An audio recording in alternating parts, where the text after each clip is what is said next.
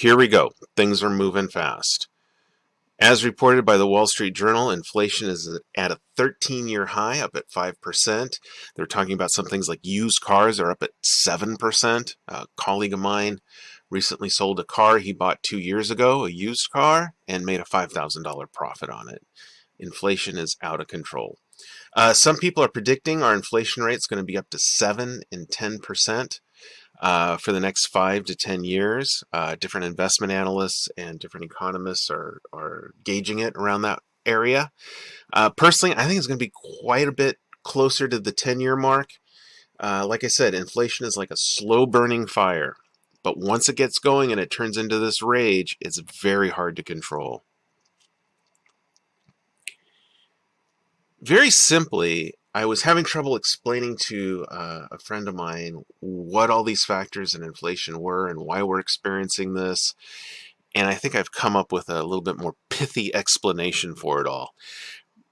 We have 128% debt to GDP. It was in the 127s last time, in the last video last month. This is outrageous. So if you take the entire output of the U.S. economy, meaning you take all the earnings of every business, of every individual, and you took all that money, you wouldn't have enough to pay off our debt. That's just not sustainable. We have a fiscal policy with our current administration that's demanding higher taxes. As we explained in the last video on the Laffer curve, we're on the wrong side of that curve. And the higher taxes go, the less revenue comes to the government. So this policy of raising taxes is going to make our debt situation worse. And the same administration does not want to curb spending. It wants to increase spending by trillions of dollars, compounding the problem. On the other side, which is even more dangerous, is our monetary policy has completely broken the tradition of targeting a 2% inflation rate. It is refusing to raise interest rates. It has this deep-seated fear that any increase in interest rates is going to create a lot of unemployment and slow down the economy. So now they're stuck. They have no option but to monetize the debt. What does that mean? It just simply means printing more dollars in order to pay off the debt obligation. This is not good. As you know, dollars are impacted by supply and demand just like any other thing. So the more dollars that are printed, the more dollars that are out there in circulation, the less purchasing power each dollar will have. And the demand for dollars will go down. So here's some great examples. We've known now for a while China has been curling back its U.S. debt holdings. That trend's going to continue at a more rapid pace as they start to lose more and more faith in the U.S. dollar. A lot of people don't like the idea of China holding so much U.S. debt, but somebody's got to buy up this debt. When big organizations and big nations stop wanting U.S. dollars, the demand for dollars goes down, your purchasing power for each dollar goes down. Another example, the Russians have a rainy day fund, an emergency reserve that was held in U.S. dollars. They're completely dumping it. By the end of the year, they're not going to hold a single U.S. dollar. The dollar was once considered the precious reserve currency of the world. And one of the benefits of that is people were hoarding up dollars and not spending them and saving them for a rainy day, meaning they weren't in circulation. They weren't out there in the economy, keeping the value of the dollar and the purchasing power of the dollar high. Now everyone's dumping dollars. Your inflation's going to go up. Another example, El Salvador just recently became the first country to approve Bitcoin as legal tender. The US dollar was legal tender in El Salvador, and now Bitcoin is as well. One of the great advantages to El Salvador by doing this, besides walking away from an inflated currency that's losing value every day, is that by treating it as a currency instead of an asset, when Bitcoin increases in value and has more purchasing power, the people that are holding Bitcoin in El Salvador are not being taxed on that. It's a great advantage to their country. They're going to usher in an era of prosperity they've never seen before. A lot of projections hold it around 25% GDP growth by doing this. It's a bold move, and others will follow in their path, meaning more people will adopt Bitcoin, fewer people are going to want dollars. Another great move that El Salvador is making is that they're essentially going to be able to mine Bitcoin for free. They're using hydroelectric power. They have these volcanoes, produce a lot of steam. The steam runs the turbines. Turbines generate electricity.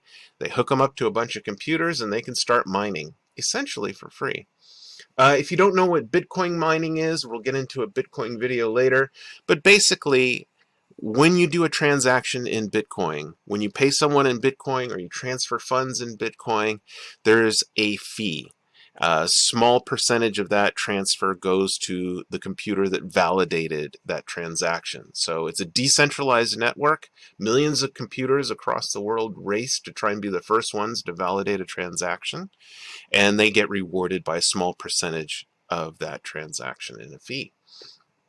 El Salvador is going to be creating this huge computer lab, getting a lot of these transactions and earning Bitcoin that way. It's going to be a great boon to their economy and a great method for growth and stability in their country, and essentially being able to do it for free.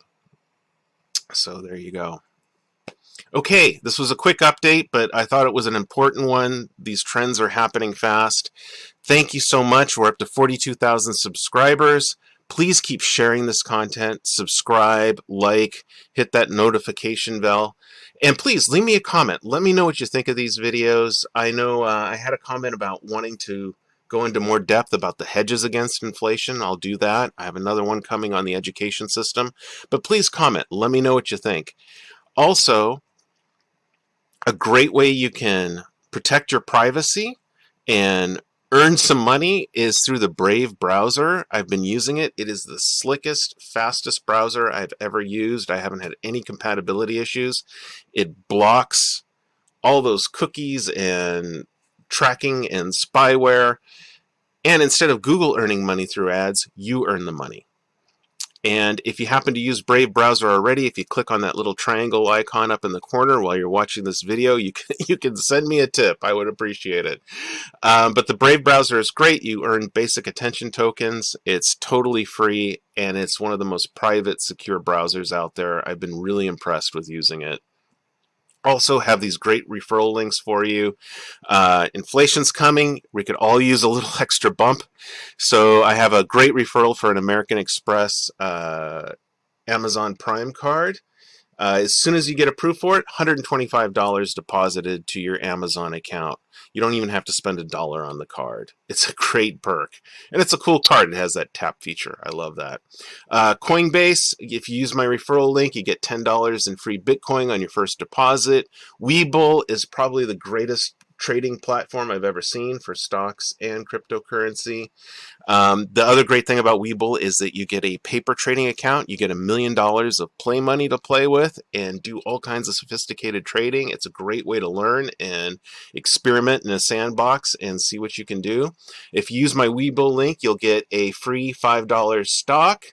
And then on your first deposit, you can get a free stock worth up to $1,500. Mine was only worth $30, but you never know. You could get lucky. Another great service out there is the Celsius Network. You can earn interest on your Bitcoin. I have a promo code where you get $40 for signing up, and then another one, you get another $50 in Bitcoin on your first $400 deposit. Thank you again. I really appreciate it. And let me know you listened to the end. Type "the end" in the comments so I know you listened to it all the way through. Take care.